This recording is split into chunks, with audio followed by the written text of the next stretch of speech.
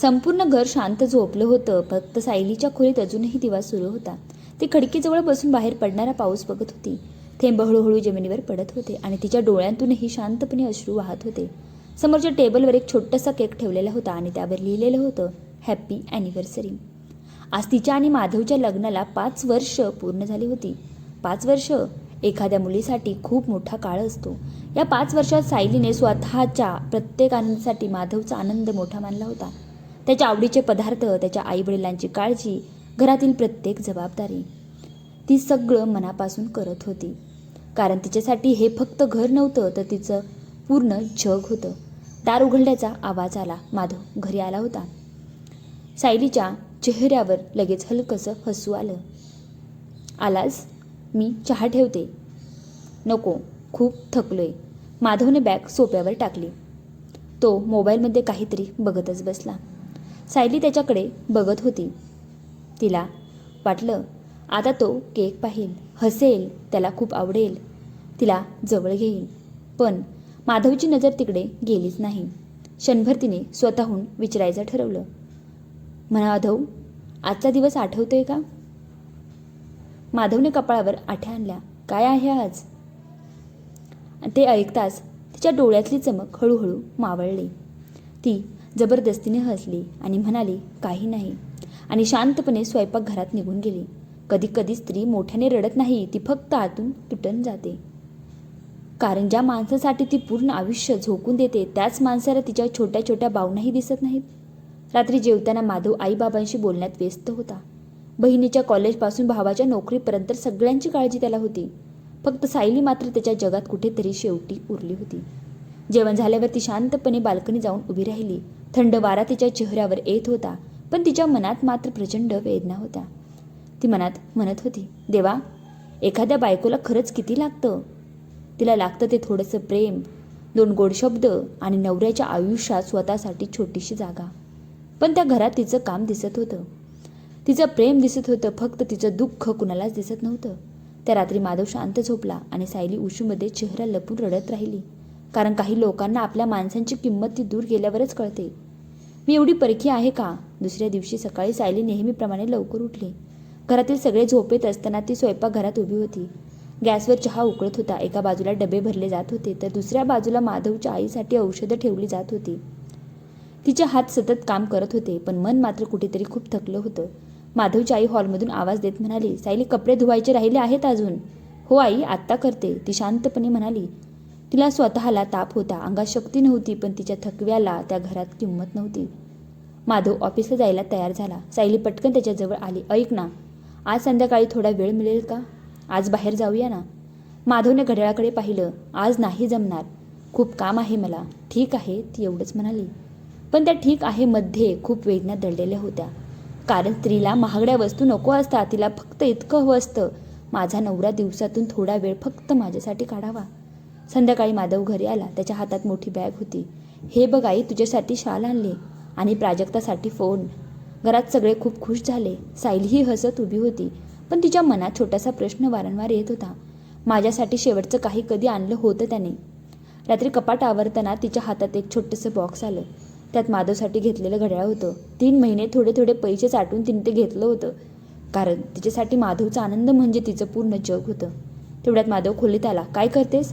सायलीने पटकन बॉक्स लपवला. काही नाही. क्षणभर शांतता पसरली आणि अचानक तिच्या तोंडून निघालं, माधव, मी एवढी परकी आहे का रे तुझ्यासाठी? तो गोंधळून तिच्याकडे बघू लागला. अगं, अचानक काय झालं तुला? ती फक्त हलकसं हसली, पण त्या हसण्यात इतकी वेदना होती की त्या क्षणी तिचं मन किती तुटतंय हे तिच्या डोळ्यात स्पष्ट दिसत होतं. तिचं हसणं हळूहळू हरवत गेलं. दिवस जात होते. घरात नेहमी सारखी चालू होतं. सकाळी गडबड, दुपारी काम, संध्याकाळी टीव्हीचा आवाज, पण या सगळ्या सायली मात्र हळूहळू हरवत चालली होती. पूर्वीसारखी सतत बोलणारी, माधव ऑफिसमधून यायची वाट बघणारी, त्याच्या छोट्या छोट्या गोष्टींमध्ये आनंद शोधणारी सायली आता खूप शांत झाली होती.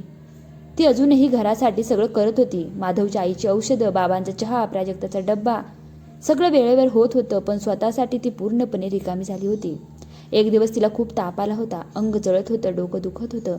तरीसुद्धा ती स्वयंपाकघरात उभी राहून पोळ्या करत होती. घामाने तिचा चेहरा ओला झाला होता. तेवढ्यात माधवची आई म्हणाली, इतकंसं ताप आलं म्हणून काम थांबत नसतं. सायलीने फक्त मान हलवली. कारण स्वतःच्या वेदना सांगण्याची सवयच तिने सोडून दिली होती. संध्याकाळी माधव घरी आला. सायलीने दार उघडलं. तिचे डोळे लाल झाले होते. चेहरा पूर्ण थकलेला दिसत होता. माधव म्हणाला, औषध घेतलीस ना? ती हलक्या आवाजात म्हणाली, हो. ती त्याच्याकडे बघत राहिली, कारण तिला वाटलं तो जवळ बसेल, तिच्या कपाळावर हात ठेवेल, प्रेमाने तिला विचारेल, खूप त्रास होतोय का, इतकंसं विचारेल. पण माधव मोबाईल हातात घेत म्हणाला, मी जरा फ्रेश होऊन येतो, खूप दमलोय मी. आणि तो आत निघून गेला. सायली काही क्षण तिथेच उभी राहिली. त्या क्षणी तिला तापापेक्षा जास्त त्रास एका गोष्टीचा होत होता. ज्याच्यासाठी आपण पूर्ण आयुष्य देतो, त्याच्यासाठी आपण वेदनेसाठी 2 मिनिटां नसतात आपल्यासाठी. त्या रात्री ती आरशासमोर बराच वेळ उभी होती. तिने स्वतःकडे पाहिलं.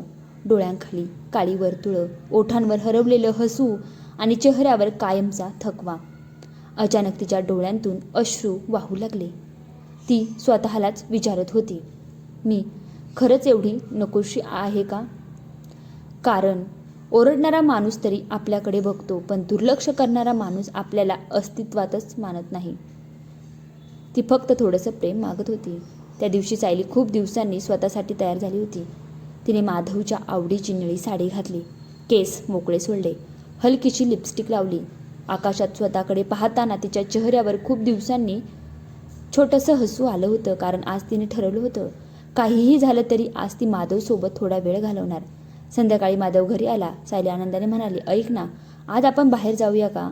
खूप दिवस झाले. माधवने शर्ट बदलत उत्तर दिलं, आज नाही सायली, मित्रांसोबत आधीच प्लॅन आहे.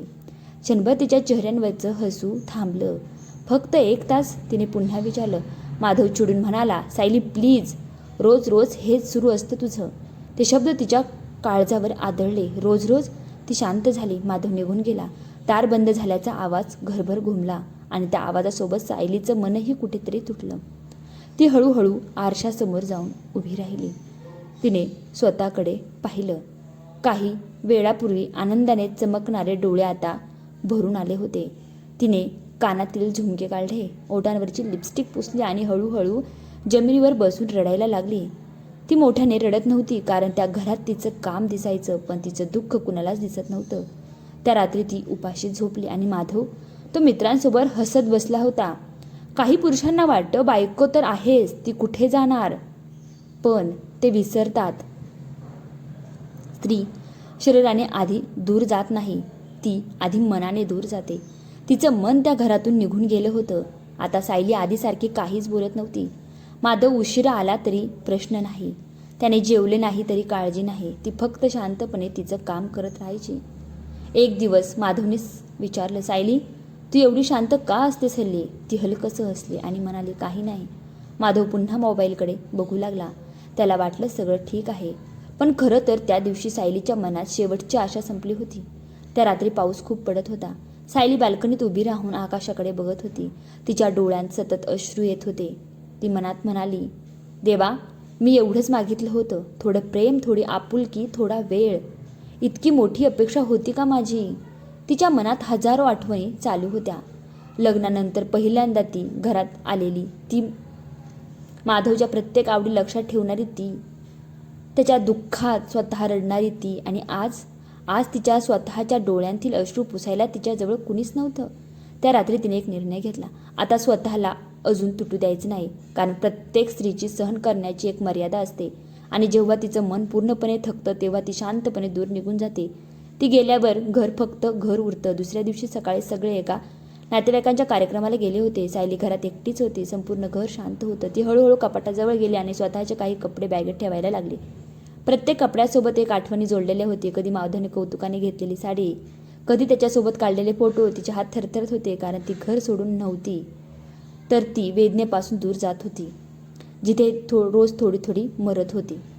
टेबलवर तिने एक चिठ्ठी ठेवली. माधव, मी तुला कधी कोणापासून दूर करायला सांगितलं नाही, फक्त तुझ्या आयुष्यात माझ्यासाठी थोडी जागा मागितली, पण बहुतेक मी तुझ्यासाठी कधीच महत्त्वाची नव्हते. मी थकले स्वतःला रोज समजावून.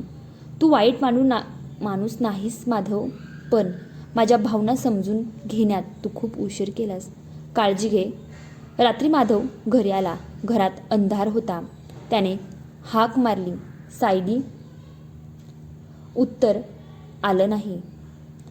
तो पटकन खोलीत गेला. कपाट अर्ध रिकामं होतं. टेबलवरची चिठ्ठी वाचताना त्याचे हात थरथरू लागले.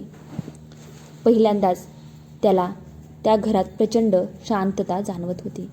कारण घरातली खरी ऊब ती सायलीसोबत निघून गेली होती.